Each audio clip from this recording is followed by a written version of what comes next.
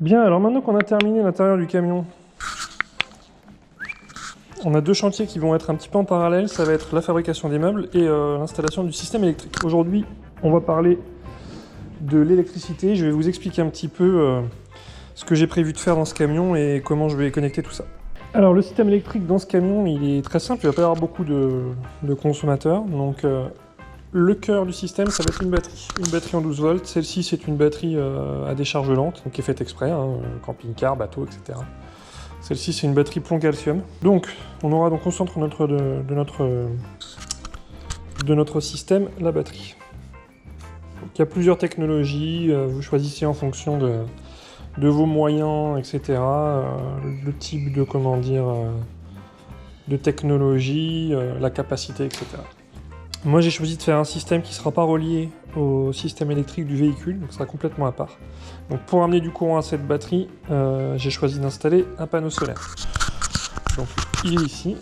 C'est un panneau solaire flexible, donc il va bien s'adapter aux formes du toit. Et c'est lui donc qui va nous charger la batterie en permanence. Donc on aura ici le panneau solaire. Tac, tac, tac, tac, tac. On voit que c'est un panneau magnifique.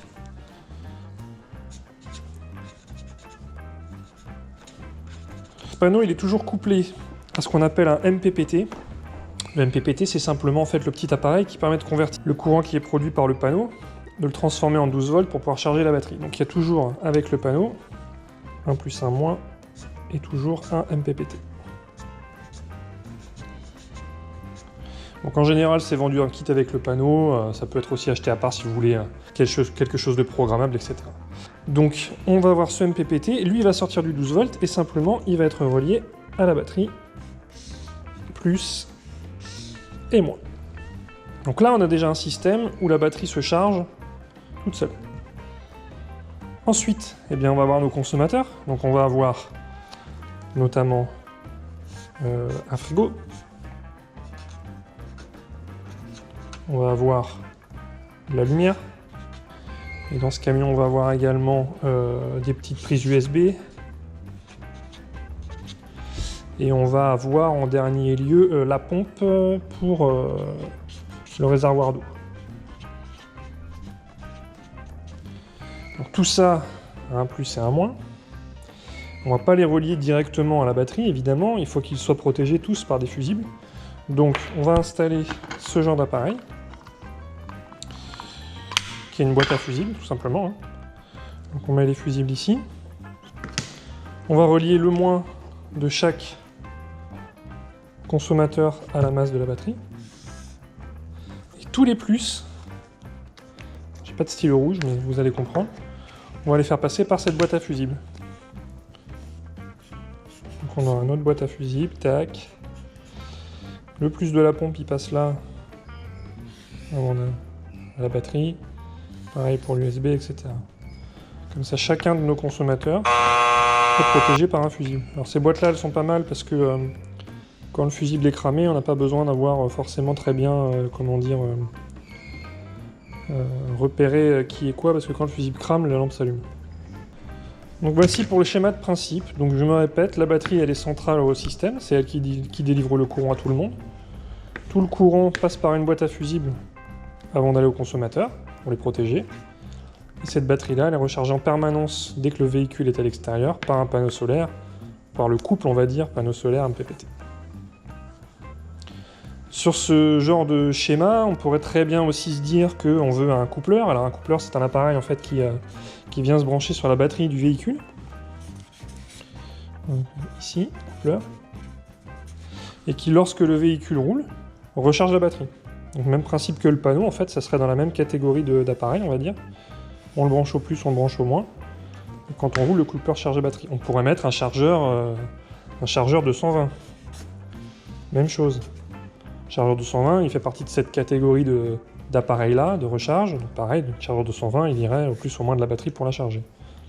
Et dans la partie consommateur, là, nous, on a mis, on va dire, l'essentiel, un frigo, de la lumière, des petites prises USB pour charger ces appareils, et une pompe pour le réservoir d'eau. On pourrait très bien avoir un convertisseur de 120 volts, on pourrait avoir tout un tas d'appareils qui fonctionnent en 12 volts. On dimensionnera évidemment la batterie en fonction de ce qu'il y a derrière. Et on dimensionnera évidemment le panneau qui, pareil, lui a une puissance maximale en fonction de la capacité de la batterie. Il ne s'agit pas de mettre un panneau énorme et une toute petite batterie, ou le contraire, une batterie énorme avec un panneau rikiki qui ne chargerait jamais, quoi. Donc voilà pour la partie... Il est beau mon schéma, hein. Voilà pour la partie théorique. En pratique, pour tout ce qui est branchement électrique, on n'a pas besoin de grand chose, du câble. Donc évidemment, à dimensionner en fonction des consommateurs qui seront derrière. En 12 volts, la section des fils, elle augmente très vite. Donc vous pourrez trouver des petites charts, hein, sur internet, des petits tableaux qui vous expliquent pour un appareil qui consomme tant, qui est à telle distance de la batterie, parce que la distance à la batterie elle compte, il va vous falloir au minimum telle taille de câble. Donc moi en général, dans un camion comme un T5, je m'en sors avec du 1,5 et du 2,5. On pourra même mettre moins pour certains consommateurs, type la lumière du plafond, parce que c'est de la LED et ça consomme 3 watts, 2 watts, c'est vraiment rien du tout. Mais avec un 5 et 2,5 en général, j'ai de quoi tout faire. Typiquement le 2,5, je le mets pour brancher le panneau à la batterie, il y a quand même un peu de courant qui passe. Quelquefois, je mets également un petit peu plus gros entre la batterie et la boîte à fusibles, là. Mais sinon, frigo c'est 2,5, les lampes c'est 1,5, ça pourrait être moins. L'USB, ça dépend de ce que je mets comme prise, mais je mets souvent 2,5, la pompe 1,5, ça suffit. Pour les raccords, quand vous avez directement des consommateurs comme ça qui sont équipés de fiches pour mettre des cosses, évidemment vous mettez des cosses, vous n'allez pas vous amuser à souder ici, on met une bonne cosse comme il faut. Donc pour les cosses, là j'ai une vieille boîte à cosses avec surtout ce qui est intéressant, c'est la pince qui va bien. Celle-ci c'est une pince automatique, c'est hyper pratique. Je vais essayer de vous montrer avec quelque chose dont je ne me sers pas souvent. Donc il suffit de mettre sa cosse dedans, avec le câble à l'intérieur évidemment, hein. Vous serrez à fond et c'est serti. Et c'est propre surtout. Voilà, donc ça c'est un plus. Sinon il existe les pinces à sertir un peu classiques, comme par exemple celle-ci, que j'ai utilisée longtemps, hein. Ça marche très bien, il faut juste faire un peu attention parce que quand on serre vraiment trop fort, on a des grosses peluches d'ours comme moi là, et quelquefois on arrive à couper la cosse avec cette pince. Donc surtout, voilà, avoir une bonne pince qui serre bien. Il ne s'agit pas que les fils s'enlèvent de la cosse quand on a terminé d'installer notre matos. Il faudra de quoi dénuder les fils. Donc moi je l'ai longtemps fait au cutter, ça m'arrive encore. Aujourd'hui j'ai une petite pince, je crois que c'est une 3M, une Facom, je sais plus. 3M. Elle est pas mal parce qu'elle est automatique, donc en fait je vais vous montrer. Vous réglez ici la distance que vous voulez dénuder sur le fil. Là, il doit y avoir un peu plus de 5 mm. Prenez le fil que vous voulez, vous le mettez dedans jusqu'à la butée, et tout de suite c'est dénudé simplement, quoi. Donc ça c'est pratique. Sinon, la pince à dénuder, c'est la jaune que je vous ai montré tout à l'heure, qui va très bien également. Moi, ce que j'aime bien faire, c'est, quand je le peux, faire plutôt des raccords soudés, notamment de fil à fil ou ce genre de choses. Donc, pour les raccords soudés, c'est fer à souder, éteint. Et pour protéger la soudure une fois qu'elle est faite, gaine thermo. Donc gaine thermo, c'est une gaine qu'on enfile sur le câble avant la soudure, hein, on n'oublie pas. On en prend, je sais pas, 5 cm. Ben, je vais vous faire une petite démo. Imaginons ça, c'est un fil que j'ai raccordé, ou même sur lequel j'ai mis une cosse pour raccorder 2 bouts de fil, hein. Ça marche aussi, il faut prendre la taille de gaine adéquate. On a enfilé ça sur le fil avant de souder, on met ça sur la soudure et après il suffit de prendre un briquet. Vous voyez, la gaine se rétracte, elle est thermo-rétractable. Si vous avez choisi la bonne taille de gaine, ça protège parfaitement bien le câble. Vous voyez, et votre soudure, comme ça du coup c'est comme s'il y avait de la gaine autour. Donc ça c'est très pratique, dès que vous faites un raccord soudé, vous mettez un bout de gaine thermo autour. Le scotch Chatterton là, ça tient pas, hein. Faut éviter ça. Et bien sûr, pour tous les branchements, un multimètre. Ce qui sert le plus souvent, c'est la fonction voltmètre, à voir s'il y a du jus au bout de vos fils. Peut servir également en ohmmètre, hein, quand vous avez, mais ça je vais pas tout vous expliquer, quand vous avez un bout de fil un peu long, vous ne savez plus qui est à l'autre bout. Ça peut vous servir de ça pour savoir. Voilà l'essentiel des outils qu'il faut pour les branchements électriques. L'essentiel de la théorie pour ce camion-là, elle est là. Vous adapterez évidemment en fonction de vos besoins, de vos envies et de vos moyens aussi, hein, parce que là, une batterie comme celle-ci, plomb calcium, ça coûte dans les 150 €. Si vous voulez mettre 3000 € pour une batterie au lithium, vous pouvez. Hein. Donc voilà, c'est vraiment en fonction de vos besoins et de vos moyens. Mais déjà, avec des éléments à coût abordable, on va dire, on arrive à faire quelque chose de bien. Donc pour moi, les étapes suivantes, ça va être installation du panneau sur le toit. Donc c'est par simple collage. Donc on va nettoyer le toit comme il faut, le préparer avec l'activateur Sika et coller le panneau au toit.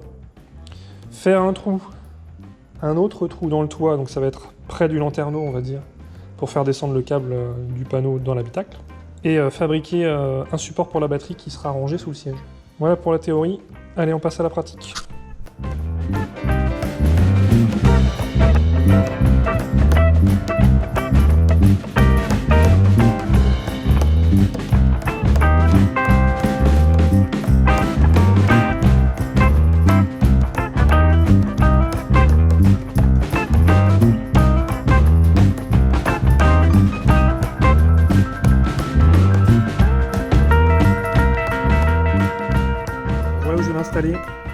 Il va venir se coller en fait sur les bosses du toit là. Donc je vais marquer au scotch un peu autour son emplacement exact. Et puis bien après on viendra mettre de la colle sur chaque truc, poser le panneau, le scotcher, mettre un peu de poids pour qu'il colle bien et puis ce sera bon jusqu'à demain.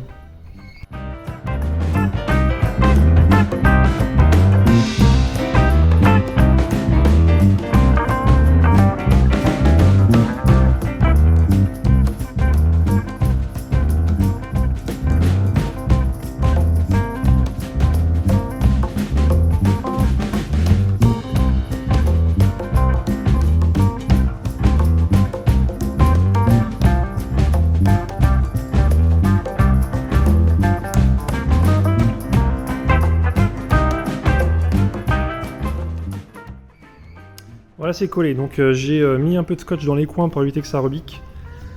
Pour tous les collages du centre, là je vais mettre quelque chose pour le protéger et puis mettre un petit peu de poids. Il faut que je trouve quoi dans mon bazar là-bas. Je vais bien trouver un peu de peinture, quelque chose. Faire un peu de poids là pour que ça, juste que ça maintienne un petit peu le temps que ça colle. Donc après, il y a ce fameux câble à passer. Donc moi je vais essayer de le faire passer à côté là du lanterneau. Ça va le faire arriver près du montant de la porte passager. C'est déjà par là que j'ai fait passer le câble de mon plafonnier, de ma lumière.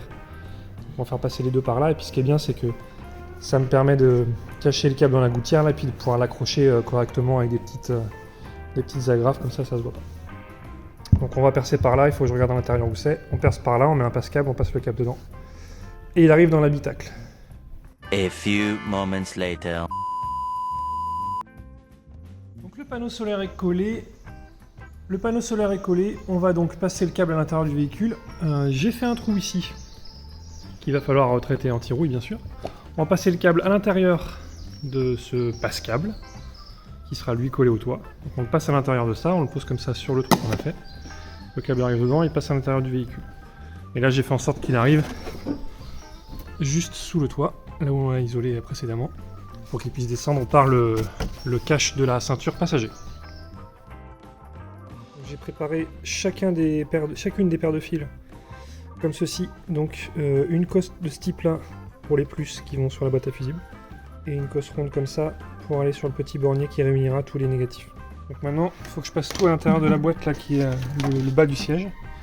Donc j'ai fait un trou sur le côté, je vais mettre un petit œillet, puis je vais passer tous les câbles là qui viennent de l'intérieur du véhicule par un trou sur le côté et aller les brancher dans la boîte à fusibles. Et donc voici le régulateur du panneau solaire dont je vous parlais précédemment. Donc il a une sortie vers la batterie pour la charge, il a une entrée qui vient du panneau, et il a une sortie qu'on n'utilisera pas qui pourrait aller vers la boîte à fusibles, mais on va pas l'utiliser. Donc ça on va l'installer ici. Hop, avec les fils qui partent dans le creux que j'ai prévu à cet effet. Et ce sera notre petit panneau électrique caché sous la banquette. J'ai fait la première étape qui consiste en fait à connecter panneau et batterie ensemble. Donc vous voyez ici, le voyant vert clignote, ça veut dire qu'on a déjà une charge qui vient du panneau solaire. Alors qu'on est à l'intérieur de l'atelier, hein. Il fait beau dehors, effectivement. On est à l'intérieur de l'atelier et on a déjà une charge. Alors là, il faudrait que je mette le multimètre pour vous dire de combien, mais en tout cas, ça charge même par temps couvert. L'étape suivante, eh bien, c'est de raccorder tous les consommateurs qu'on voit ici, là. Je les ai fait rentrer là par un trou avec un petit caoutchouc. Et raccorder tous sur la boîte à fusibles qui, elle, est déjà alimentée. Et ça veut dire que à l'autre bout, quand on aura mis les fusibles, tout sera OK. Allez, je continue. C'est ce que je disais, j'ai branché ici le plus du seul consommateur que j'ai de brancher pour l'instant, c'est-à-dire le plafonnier, la lampe au-dessus de la cabine. Son plus et son moins sur le bornier. Un petit fusible. Et du coup, tadam! Voilà, chaque plus est branché à la boîte à fusibles, chaque moins sur le bornier qui relie tous les moins. Quand j'aurai mis des fusibles, eh bien, ça veut dire que chacun des fils, enfin chacune des paires de fils sera alimentée en courant. Je mettrai des fusibles uniquement lorsque je mettrai les consommateurs au bout, et je mettrai bien sûr des fusibles adaptés à la puissance utilisée. Donc plus qu'à faire maintenant un bon petit ménage dans les câbles, tout cacher en dessous, accrocher tout ce qui est un peu volant comme ça, et ce sera super.